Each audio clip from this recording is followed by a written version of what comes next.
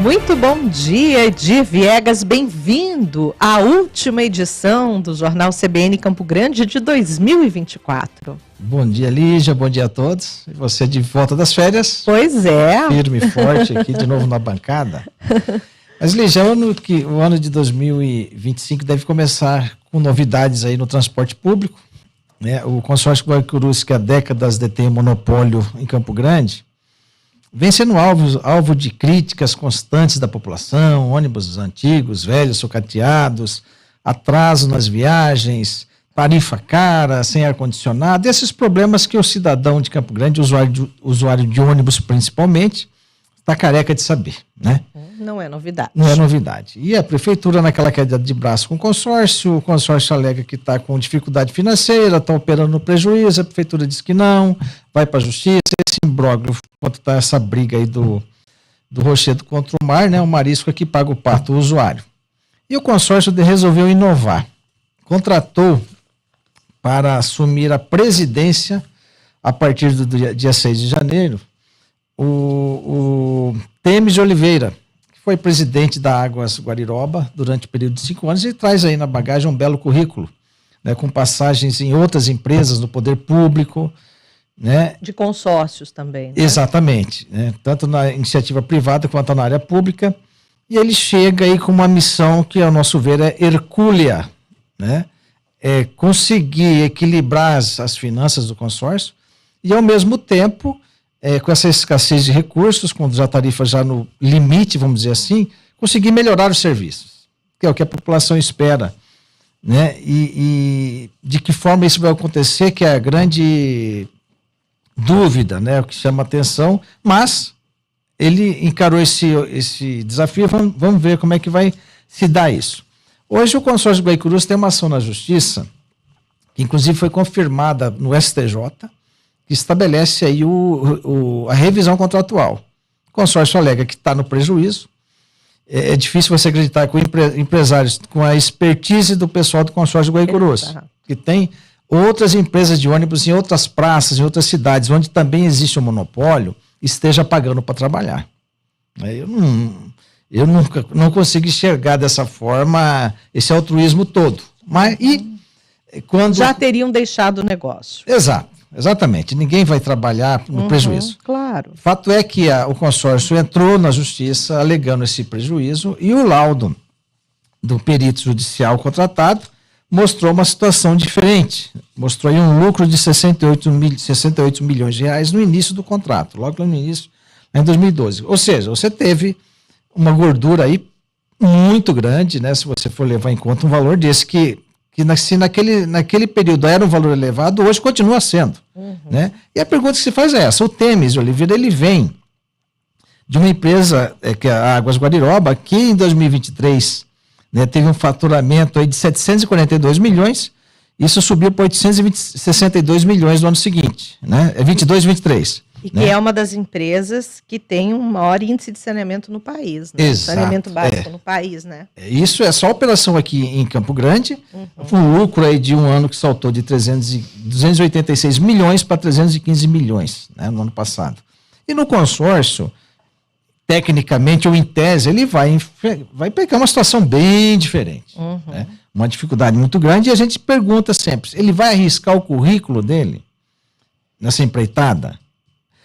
Por que eu digo que ele vai arriscar? Porque, Lígia, o transporte público ele não vai ter solução enquanto não for tratado com política pública séria.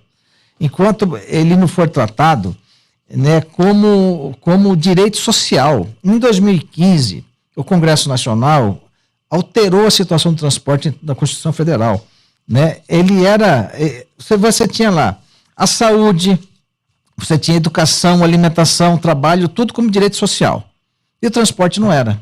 A partir de 2015, ele foi inserido nesse rol, no artigo 6º da Constituição, né? E aí você entende que tem que existir uma política de mobilidade urbana, que Campo Grande não tem, para você conseguir fazer com que esse direito seja exercido.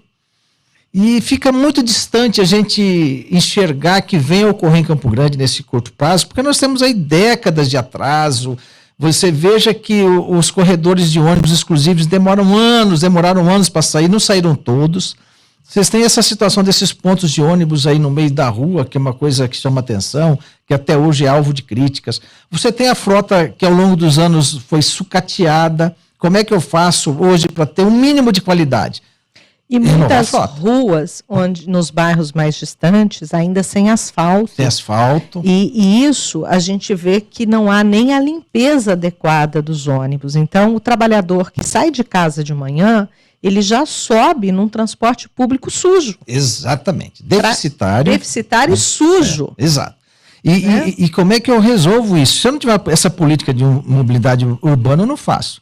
Os 3 entes aí, Estado, União e município, tem que botar dinheiro na parada, não tem jeito. Ou eu dou tarifa gratuita para todo mundo, ou transporte gratuito, como já existe em mais de 260 municípios no Brasil, né?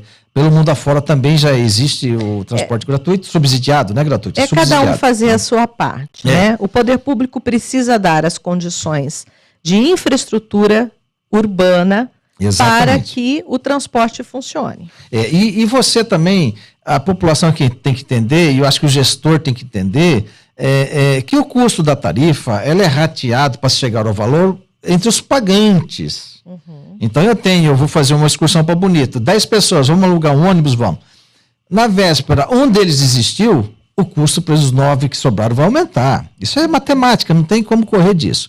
E em Campo Grande nós tínhamos aquela discussão antiga que as gratuidades emperravam o transporte, você lembra muito bem disso. Uhum.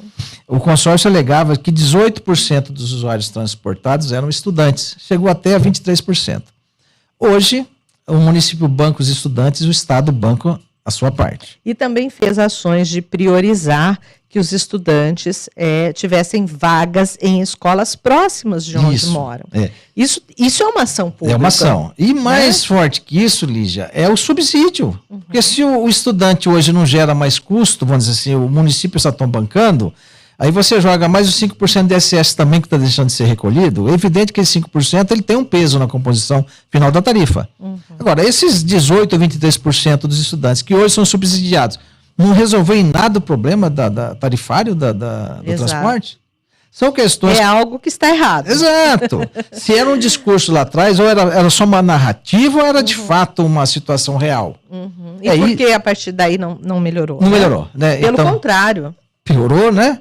E aí as empresas alegam prejuízo. Então, Lígia, para finalizar, o grande desafio do Temes, que a gente torce para que dê certo, ele conseguir equalizar isso, mas em cima de um princípio básico que tem que existir. Transparência. O transporte público é uma concessão. A prefeitura, Lígia, no nosso entendimento, tem que acompanhar para e passo o dia a dia das empresas. Receita e despesa. Está gastando com o quê e por quê?